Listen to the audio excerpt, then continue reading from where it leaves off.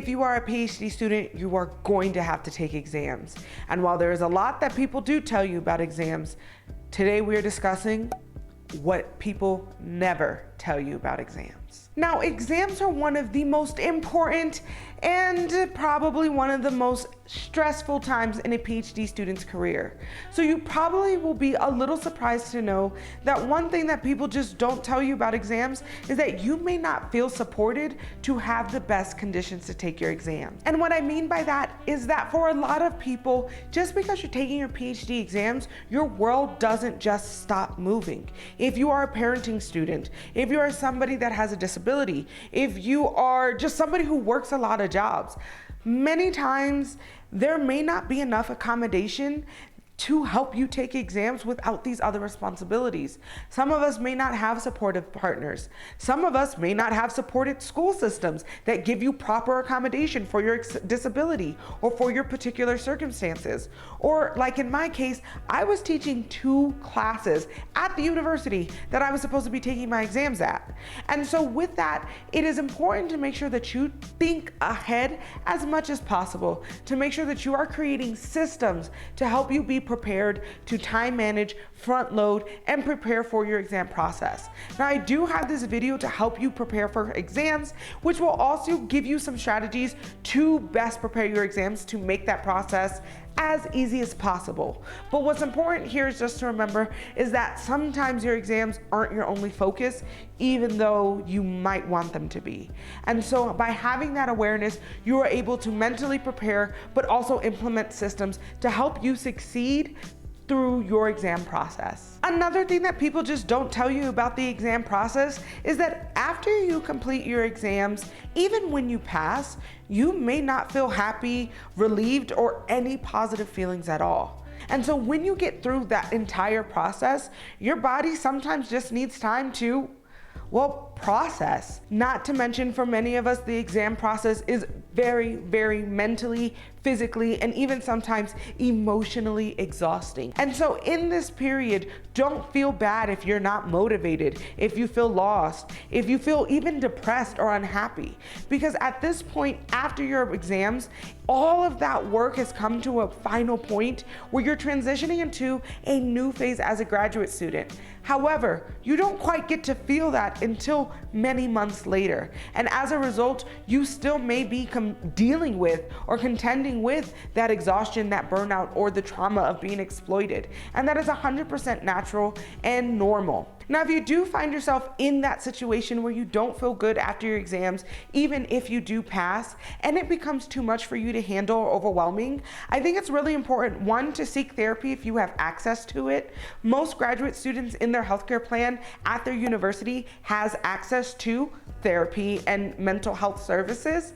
Also, if you're somebody who may be studying abroad or in another country or doing something like that, maybe using online resources like BetterHelp or something to help you get somebody that is a professional to help you work through those emotions is definitely useful and I think worth the time. Now, after your exams, if it is a mild case of feeling not good, demotivated, or unhappy, I highly suggest that you listen to your body and try to recalibrate and help yourself do the things that make you feel alive or make you feel human or make you feel safe. So this could be spending time with family, relaxing, maybe going out for walks, meditating, yoga. What's important is trying to get back into a routine that is reaffirming who you are and also acknowledging the things that you experience. Now, again, I know when we pass our exams, we want it to be all butterflies and rainbows, but it's important that you know that this could be a thing that happens. So when it happens, or if it happens to you, you are prepared to reach out to the resources or to implement the systems or the skills to help you feel most supported and to make sure that you are safe and emotionally stable. This next one I really wish wasn't a real thing, but it is something that most people don't tell you about exams and you need to know. And that is sometimes faculty will fail you out of spite, jealousy, or just toxic hazing practices. A lot of the times when we approach our graduate studies, because we are adults and we are entering into a space of prestige or academia, we expect to be evaluated based off of our merit, our ability to do work. But academia is still a system that is embedded within it a lot of forms of oppression. And some of this could be as explicit as racism, sexism, heterosexism, ableism, but it also can just be elitism, which can impact every single graduate student independent of what marginalized identities they hold or don't hold. And because of that, sometimes faculty do things that aren't very kind or aren't very generative. And this is important to know because sometimes as graduate students, we may take our failures, internalize them, and see them as character flaws. But sometimes it's not us. It literally is them. And that's why I have so many videos that discuss toxic faculty, because they have the ability to destroy your graduate career. Now, there are a few things that you can do if you are somebody who feels like their faculty may be this type of person, or if you found out the hard way that they are. And the first thing I would do is reconstitute your faculty. Just because they're on your committee doesn't mean they have to stay on your committee. And if you have a gut feeling, or if they treated you poorly the first time, it is okay to try to go through the process to replace them. I do plan on having a video to come out sometime in the future about how to choose a good committee. So make sure you subscribe if you want to hear that information. But what's important is you are trusting your gut and you are making sure you're not internalizing that information as you being a failure, but rather as them being, well, toxic. Another thing that you can do in this case, if you do not have the ability to reconstitute your committee, is to start meeting with that professor regularly. And you can do certain things like doing practice tests, having conversations with them, or really trying to understand what their goals are. A lot of toxic professors are being elitist and are hazing you for some particular reason. And more times than not, it's because they want you to be more like them. And even if that may not align with you, if the goal is just to pass as a survival mechanism, then I suggest you try to get as much information on what they think a successful student is, so you can make sure you produce that material for them.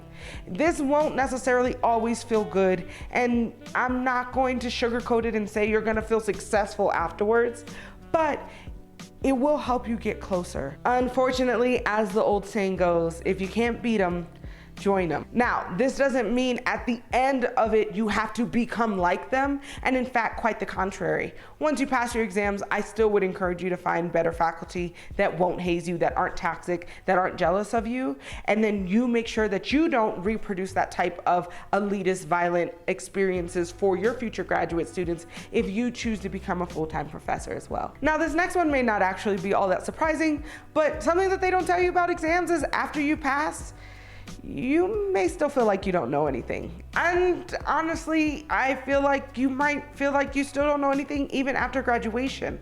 As PhD students, our goal isn't actually to know everything, it's actually developing skills to figure anything out.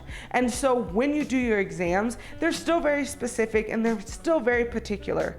And as a result, when you get done with them, you may still feel like, oh, there's just so much information about my research, my dissertation, about anything else that I just don't know about. And that's completely normal.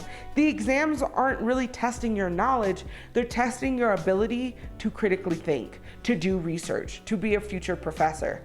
And so by reorienting your focus from trying to know everything to understanding you have a skill set will help you feel a little bit better afterwards when and if you do feel like you still may not know as much as you should. And of course, something else that they don't tell you about exams, but it's super important that you know, is that failing PhD exams are actually super common. And this is important to say because just like I just got done saying, sometimes we as graduate students internalize our failures as us not being good enough. And really it comes down to, like I said, exams are about a skill set. They're not about knowing things or being smart. So if you fail the first time, that's just because you gotta improve that skill set. And that is totally doable. It may take time, it may take guidance, it may take more mentorship, but at the end of the day, if you continue to work at those skills, you will eventually get it and you will pass. There are hundreds of thousands of graduate students or PhD professors that have failed their comprehensive and qualifying exams. And while it doesn't feel good, and while we may not be particularly proud to be that person, it is important to say you will be okay.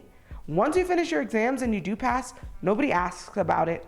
It doesn't go onto your transcripts. Academic jobs don't even ask if you passed your academic exams the first time. So it's important that you recognize that even if you fail, you're still a valid graduate student and you still can succeed. And I think it's really important that we start to have real conversations about failing while in graduate school, because failing is actually part of the process. Failing is how we learn how to succeed. And in many times, our failures give us new perspectives on how to do things differently in a more generative and productive way.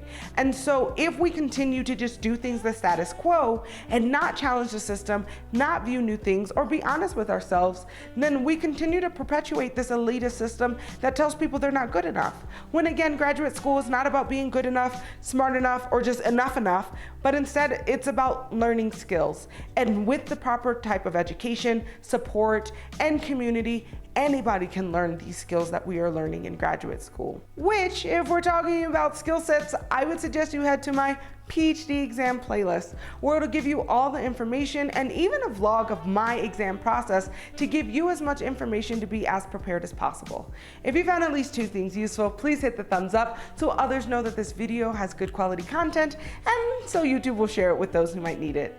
Your support helps a small YouTuber like me continue to grow. So thank you so much for watching, and I will see you next week.